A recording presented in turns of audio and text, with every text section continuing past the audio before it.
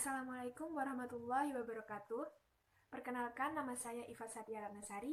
Saya dari absen 18 dari D4 tingkat 2 semester 4. Di sini saya akan menjelaskan tentang epidemiologi penyakit menular dan contoh epidemiologi penyakit menular yang berkaitan dengan bidang KIA atau kesehatan ibu dan anak melalui pendekatan variabel epidemiologi. Nah, sebelumnya saya akan menjelaskan terlebih dahulu epidemiologi penyakit menular, definisi dari epidemiologi penyakit menular yang terjadi pada bidang KIA atau kesehatan ibu dan anak, serta saya juga akan membahas tentang salah satu contohnya. Kasus yang saya ambil yaitu adalah penyakit polio.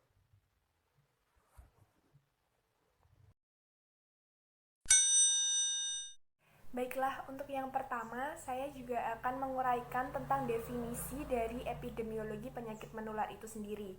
Nah, apa sih definisi penyakit menular? Nah, penyakit menular itu adalah penyakit yang dapat ditularkan kepada orang lain. Biasanya berawal dari suatu penyebab atau agen infeksi yang misalnya itu virus, bakteri, jamur, atau parasit, serta dapat timbul dan menyebar dari orang yang terinfeksi, hewan, atau survei lainnya ke pejamu atau host yang rentan baik secara langsung maupun secara tidak langsung. Maksudnya secara tidak langsung itu yaitu melalui perantara, seperti media air, udara, vektor, tumbuhan, dan lain sebagainya. Nah, epidemiologi penyakit menular sendiri merupakan studi epidemiologi yang berfokus pada distribusi atau penyebaran dan determinan atau faktor-faktor yang menyebabkan penyakit itu sendiri.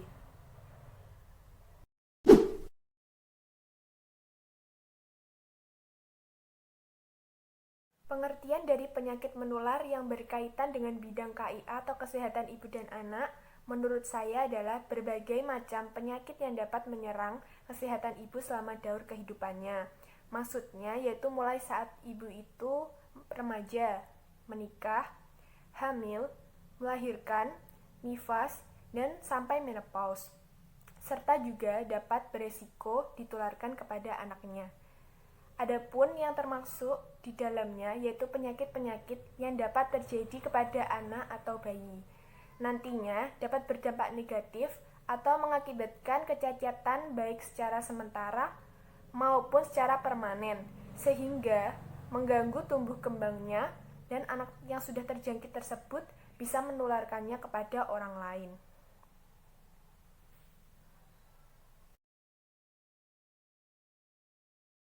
Dalam materi yang berkaitan dengan penyakit menular yang terjadi di bidang kesehatan ibu dan anak, saya memilih penyakit polio.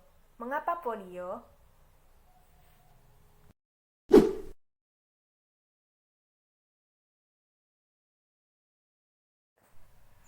Kasus polio sempat menjadi isu krusial dan topik perbincangan publik, khususnya bagi kalangan pemerhati anak usia balita.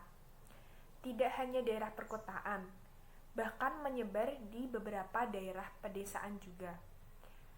Maraknya kasus polio membuat masyarakat menjadi resah, mengingat penyakit menular berdampak negatif pada anak usia balita. Oleh sebab itu, membutuhkan perhatian yang sangat serius untuk menangani penyakit ini. Polio termasuk ke dalam penyakit menular yang penularannya luas dan cepat.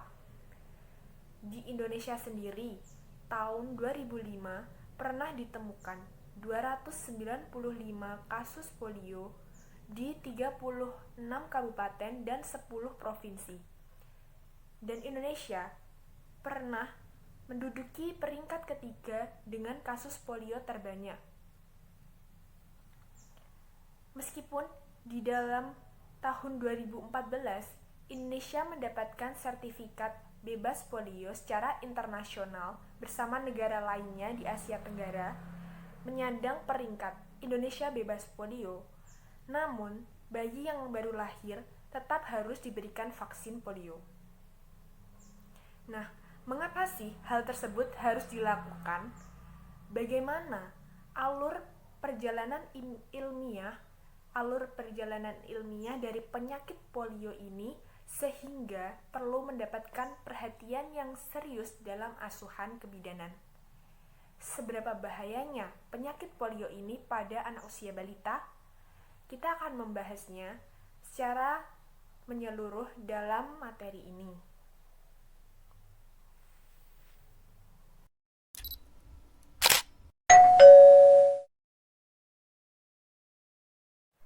Saya akan menguraikan tentang definisi dari penyakit polio.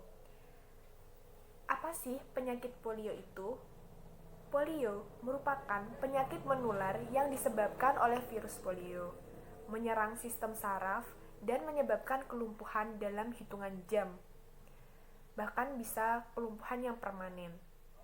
Agen pembawa penyakit ini yaitu adalah sebuah virus yang dinamakan poliovirus atau biasanya disingkat PV. Masuk ke dalam tubuh melalui mulut, menginfeksi saluran usus.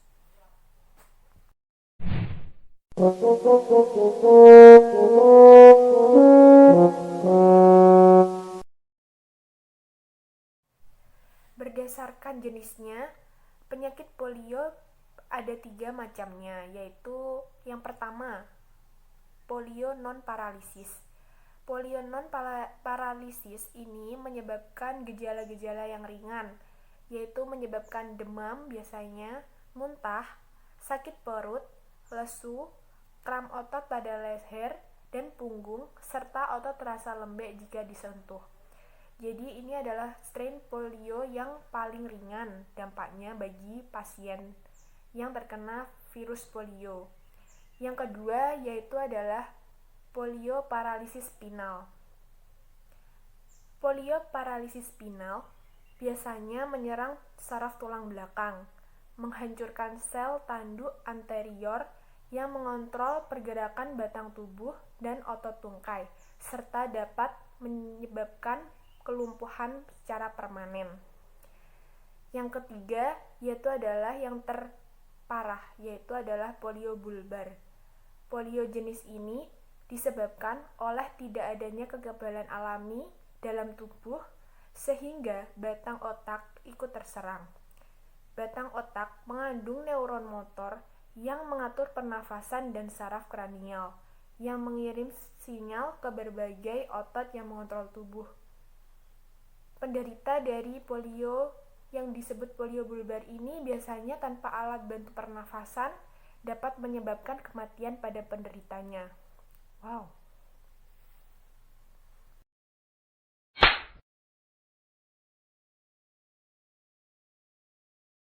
Selanjutnya, saya akan menjelaskan tentang riwayat perjalanan alamiah penyakit dari penyakit polio ini.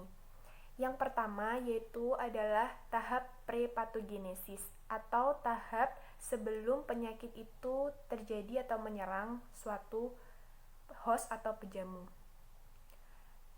Virus polio liar yang ada di dalam atau yang berasal dari imunisasi itu sendiri akan tidak terlalu berpengaruh pada pejamu yang telah mendapatkan imunisasi polio lengkap.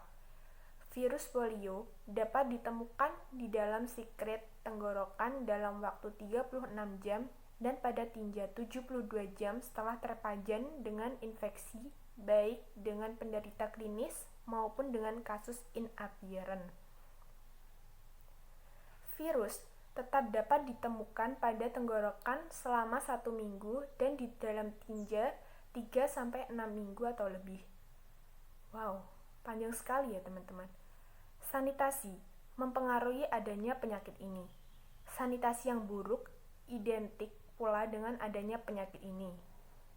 Sanitasi pendukung seperti jamban, sehat, perilaku cuci tangan bersih pakai sabun, dan sanitasi lingkungan rumah yang sehat dapat memutuskan penyebaran virus polio.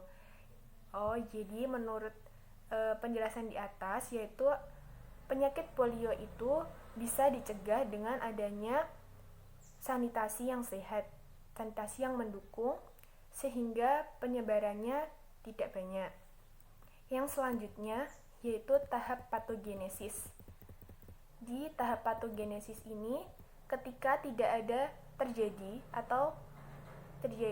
ketika tidak ada keseimbangan segitiga epidemiologi atau triad epidemiologi, karena imunitas pejamu yang rendah, sanitasi yang tidak sehat, ataupun kondisi virus polio yang menyebar dengan bebas dan secara genetis berkembang.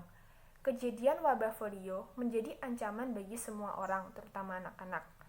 Masa inkubasi ketika virus telah masuk ke dalam tubuh pejamu umumnya yaitu 7-14 hari untuk kasus paralitik, dengan rentang waktu antara 3-35 hari. Penderita polio sangat menular selama beberapa hari sebelum dan beberapa hari sesudah gejala awal.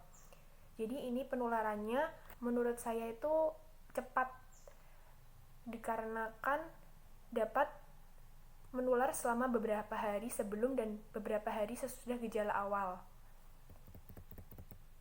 Sekitar 90% pejamu yang terinfeksi dari virus polio tidak akan sadar bahwa mereka menderita polio karena tidak sadar mengalami gejala penyakit polio atau hanya mengalami gejala ringan.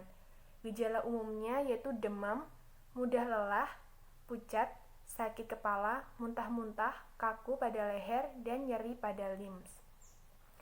Jadi 90% yang terserang penyakit polio itu sebenarnya tidak tahu bahwa dia itu terserang penyakit tersebut, dikarenakan gejala umumnya itu yang mendekati penyakit-penyakit yang lainnya.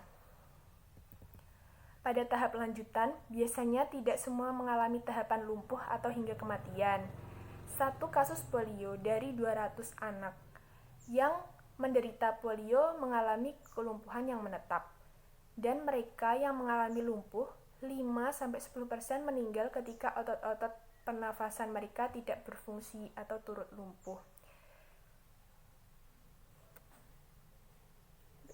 Sebaiknya kita melakukan pencegahan itu sendiri agar dan juga mendeteksi awal sehingga tidak terjadi tahapan lumpuh dan kematian kepada anak-anak. Yang selanjutnya saya juga akan membacakan tentang pendekatan epidemiologi terkait adanya penyakit polio. Nah, di sini ada berita tentang eliminasi virus polio telah dilaksanakan puluhan tahun yang lalu di seluruh dunia melalui program eradikasi yang telah menurunkan angka kejadian polio secara drastis. Namun, hingga saat ini terdapat 6 negara di seluruh dunia yang endemis polio, yakni Afghanistan, India, Sudan, Nigeria, Pakistan, dan Bangladesh. Di Indonesia sendiri, penyakit ini muncul kembali setelah 5 tahun telah dinyatakan terbebas dari polio. Ditemukan 295 kasus secara menyebar di Provinsi Banten, Jawa Barat, Lampung, Jawa Tengah, Jawa Timur, Sumatera Selatan, Sumatera Utara, DKI Jakarta, Riau, dan Nanggroe Aceh Darussalam. Banten berjumlah 161 kasus, Jawa Barat 59 kasus, Lampung 25 kasus, Jawa Tengah 20 kasus, Sumatera Utara 10 kasus, Jawa Timur 5 kasus, Sumatera Selatan 5 kasus, DKI Jakarta 4 kasus, Riau 3 kasus, dan Nanggroe Aceh Darussalam sebanyak 3 kasus.